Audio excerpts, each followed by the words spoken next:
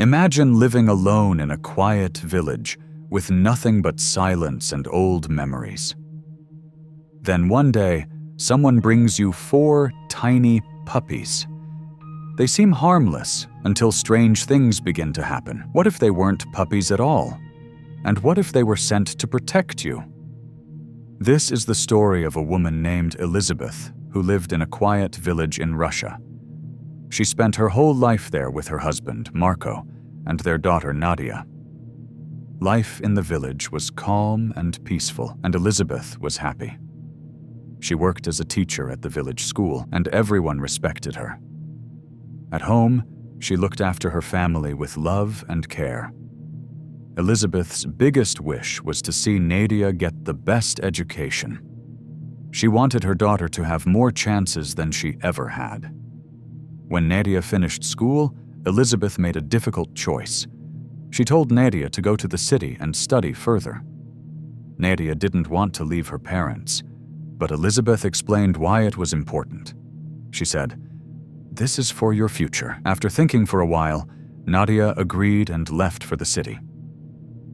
While Nadia studied, life in the village changed. Elisabeth and Marco were growing older, and Marco often felt sick.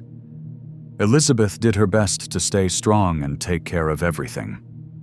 Then one day, she heard happy news. Nadia had met someone special and was going to get married.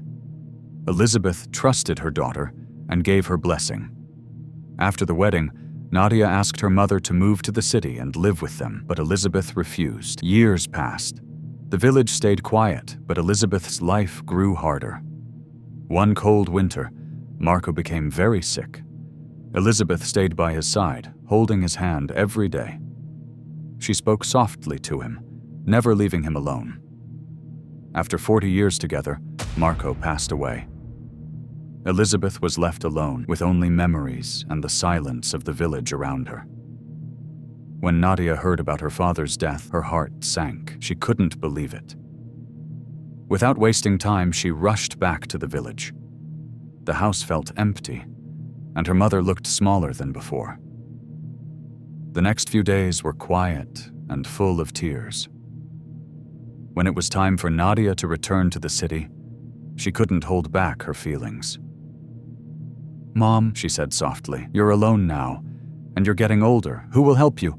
Who will take care of you?" But Elisabeth gave a gentle smile and replied, "This village is my home. I belong here." So Nadia left with a heavy heart, and Elisabeth stayed behind, but she was not truly alone. The villagers still loved her. One of her old students, a kind man named Ahmed, often visited.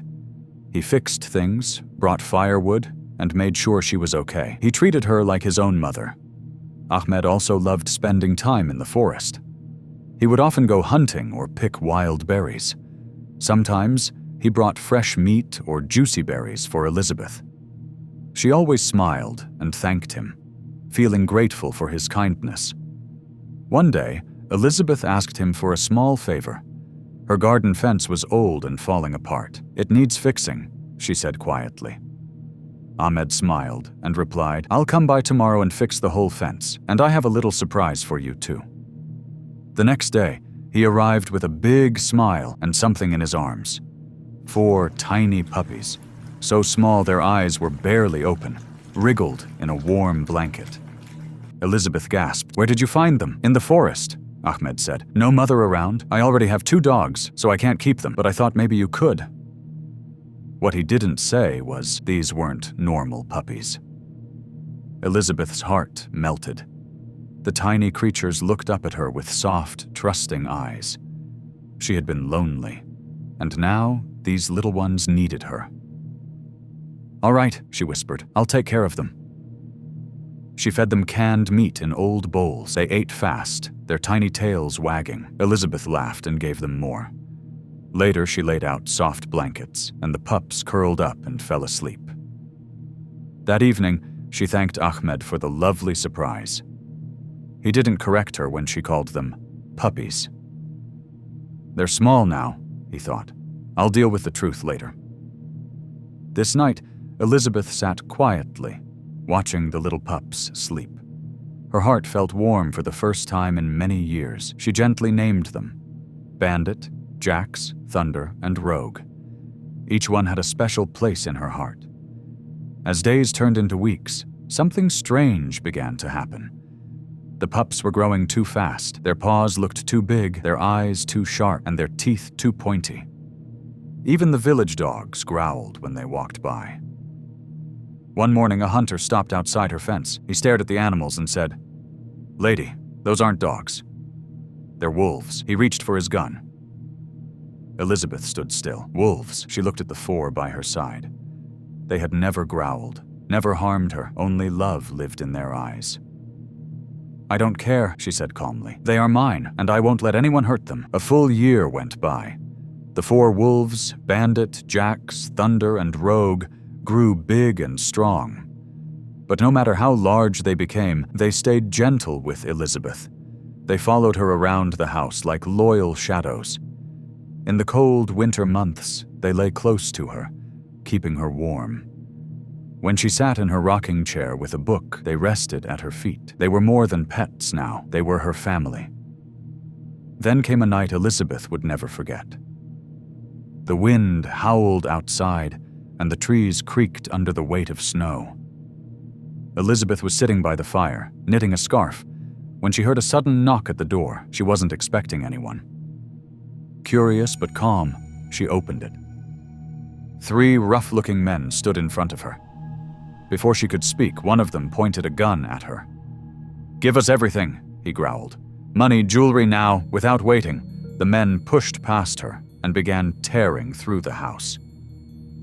Elisabeth stood frozen. Her hands shook. Her heart raced. She didn't know what to do. Then, from the dark hallway came deep, angry growls. The wolves had woken up, and they were furious. Jax, Thunder, and Rogue lunged forward, barking and biting. They attacked the men's legs and arms, driving them back with fierce power. The robbers screamed, trying to fight them off. Bandit, the biggest of them all, stood in front of Elisabeth, teeth bared, guarding her like a soldier. "Call the police!" one of the men shouted. But Elisabeth was already moving. She ran to her bedroom, locked the door, and dialed the number with shaking fingers. Then, bang! A gunshot echoed through the house, followed by a sharp, painful howl. Elisabeth dropped the phone and ran out. In the living room, Bandit lay on the floor, blood coming from his leg. He had taken the bullet meant for her. The robbers ran out in panic, only to find flashing lights waiting for them. A neighbor had heard the noise and called the police just moments earlier. But Elisabeth didn't care about them. She dropped to her knees beside Bandit, tears falling fast. "Please hold on," she whispered. "Please." Bandit was rushed to the village vet. The bullet had missed the bone, and after weeks of care, he began to heal. Elisabeth stayed by his side every day, whispering the same words she once told Marco. "You're safe, I'm here." The story of the brave wolves spread quickly. But to Elisabeth, they weren't heroes. They were her family. And no matter what came next, she knew she was never truly alone.